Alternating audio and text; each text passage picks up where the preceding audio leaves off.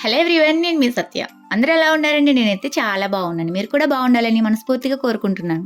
ఏంటి ఎంట్రన్స్లోనే హౌస్ చూపిస్తున్నాను అనుకుంటున్నారా? ఫ్యామిలీతో కలిసి వైజాగ్లో ఉంటున్న నా ఫ్రెండ్ లక్కీ వాళ్ళ ఇంటికి అయితే వచ్చేసాను.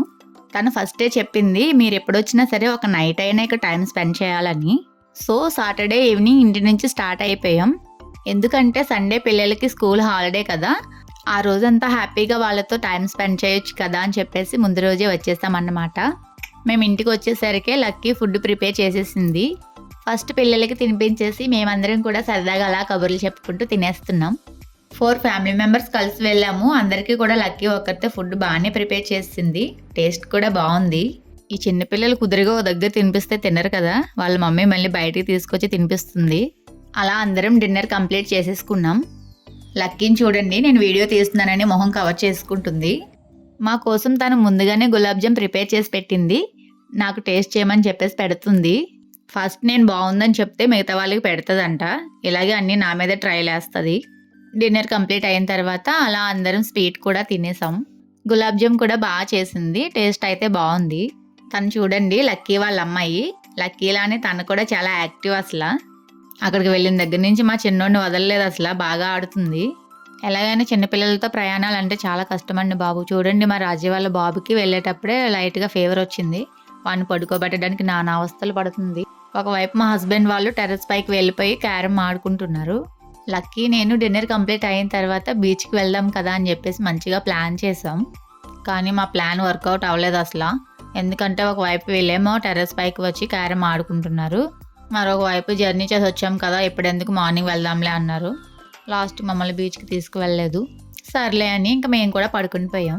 ఇంకా నెక్స్ట్ డే సండే కదా, నైట్ పడుకోవడం లేట్ అయినా సరే మాకన్నా ముందుగానే లక్కీ లేచేసింది. నాన్ వెజ్ ప్రిపేర్ చేస్తుంది. తను ఎప్పుడు కూడా ఇంతమందికి వంట చేయడం నేను చూడలేదు. కానీ మా అందరి కోసం ఎన్ని తెప్పించిందో చూడండి. చికెన్, ఫిష్, ప్రాన్స్ కూడా తెప్పించారు.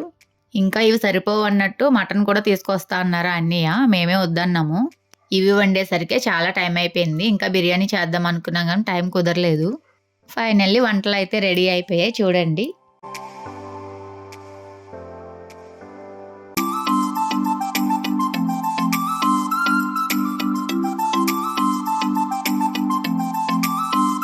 అందరం అలా కూర్చొని ఒకవైపు టీవీ పెట్టుకొని చూస్తూ తినేస్తున్నాం. చూడండి అసలు ఇలా అందరం కలిసి కూర్చొని తింటే ఎంత బాగుందో. పిల్లలతో హాల్ అంతా నిండిపోయింది. మార్నింగ్ లేచాక బీచ్కి తీసుకెళ్తామన్నారు కదా, కానీ మాకు టైం కుదరలేదు, ఇంకా వెళ్ళలేదన్నమాట.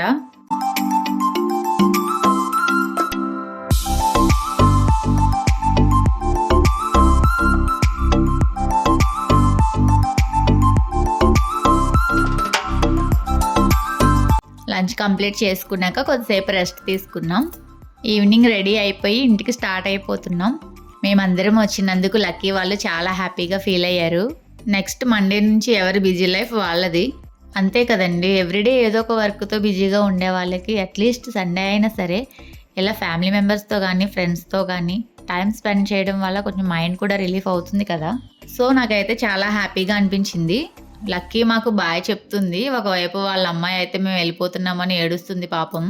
మేము వచ్చిన దగ్గర నుంచి పిల్లలందరూ కలిసి బాగా ఆడుకున్నారు కదా, ఒక్కసారిగా అందరం వెళ్ళిపోతుంటే ఏడుస్తుంది. తనని చూసి చాలా బాధ అనిపించింది అసలు. ఫైనల్లీ అందరం కలిసి కొన్ని పిక్స్ తీసుకున్నాం.